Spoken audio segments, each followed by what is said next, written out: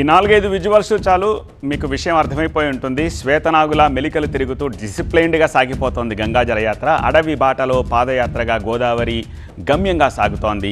ఆదివాసీల రెండో అతిపెద్ద జాతర నాగశేషుణ్ణి దండిగా పూజించే నాగోబా జాతర కీలక ఘట్టానికి చేరుకుంటోంది. తొలి ఘట్టంగా ప్రచార రథయాత్ర నిలిస్తే రెండో ఘట్టంగా ఈ గంగాజల పాదయాత్ర మొదలైంది.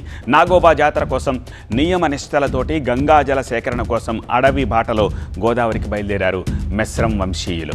ఈ నెల 10న కాలినడకన కేసలాపూర్ నుంచి పయనమైన మెస్రం వంశీయులు రాళ్ళు రప్పలు దాటుతూ కొండలు కోనలు ఎక్కి దిగుతూ వాగులు వంకలు గుండా హస్తిన మడుగుకు చేరుకోనున్నారు. 6 మండలాలు 106కు పైగా ఆదివాసీ గ్రామాల గుండా ఇది సాగుతుంది. రేపు జన్నారం మండలం కలమడుగు గ్రామంలోని హస్తిన మడుగుకు చేరుకోనుంది మెస్రం వంశీయులు. గోదావరి నది నుంచి పవిత్ర గంగా జలాన్ని సేకరించి తిరిగి కేసలాపూర్ బాట పడతారు వీళ్ళు.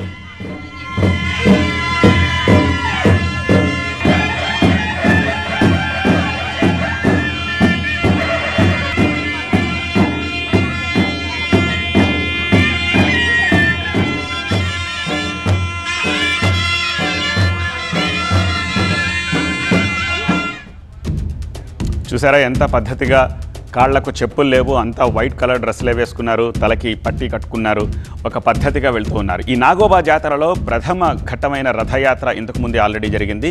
కొద్ది రోజుల క్రితం ఉమ్మడి ఆదిలాబాద్ జిల్లా కేసలాపూర్కు మెస్రం వంశీయులు భారీగా తరలివచ్చారు. నాగోబా మురాడి వద్దకు చేరుకొని ప్రత్యేక పూజలు చేశారు.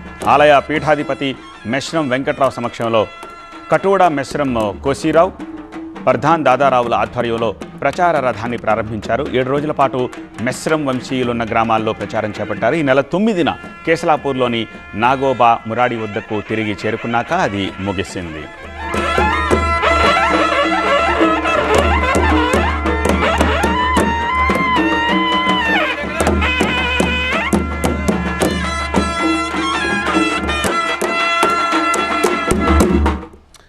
హస్తిన మడుగు నుంచి సేకరించిన గంగాజలంతో తిరుగు పయనమయ్యే పాదయాత్ర ఇంద్రవెల్లి మండలం ఇంద్రాయి దేవతను చేరుకుంటుంది. ఈ నెల 28న అమావాస్య రోజున ఉదయం కేసలాపూర్ చేరిన తర్వాత అదే రోజు అర్ధరాత్రి మహాపూజతోటి నాగోబా జాతర ప్రారంభం కానుంది.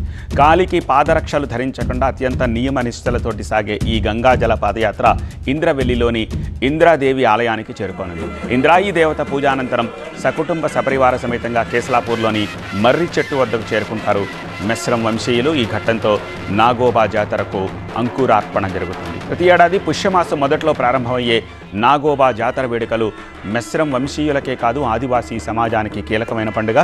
చెట్టుకొకరు పుట్టకొకరుగా ఉన్న ఆదివాసీ సమాజాన్ని ఐక్యం చేసే మహాజాతరగా నాగోబాకు ప్రత్యేక స్థానం ఉంది.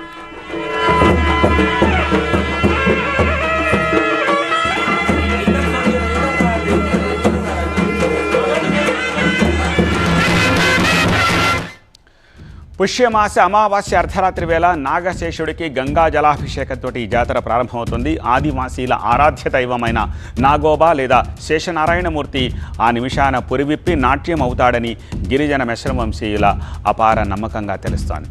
పుష్యమాస అమావాస్య నాడు సరిగ్గా సాయంత్రం 7 గంటల నుంచి రాత్రి 12 గంటల వరకు నాగోబా ఆలయంలో గిరిజన పూజారులకు తమ ఆరాధ్య దైవం ఆదిశేషుడు కనిపిస్తాడని, వారందించే పాలు తాగి ఆశీర్వదించి అదృశ్యమవుతాడని గిరిజనులు విశ్వసిస్తారు.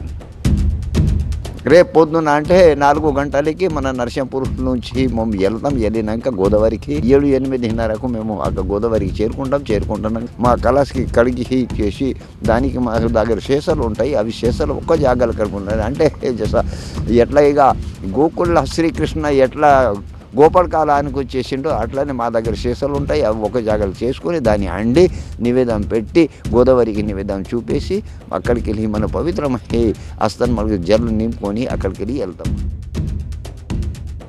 చీమలు ఎట్లా నడుస్తాయో ఆ మాదిరిగానే మేము ఒకడు మేము బయలుదేరి పంచలోహాలు అంటే మొత్తం 7 లోహాలతో చేసిన కాల్ష్యం అది పురాతన సనాతన ధర్మం నుంచి వస్తున్న అది మేము సనాతన ధర్మం కాపాడటానికి పవిత్రమైన గంగాజలం సేకరించి 24 తారీఖున ఇంద్రమ్మ దగ్గర వచ్చి ఇంద్రమ్మకు అక్కడ నైవేద్యం సమర్పించి రాత్రి 9 గంటలకు అభిషేకం చేసి మేము మహాపూజ ప్రారంభిస్తాం.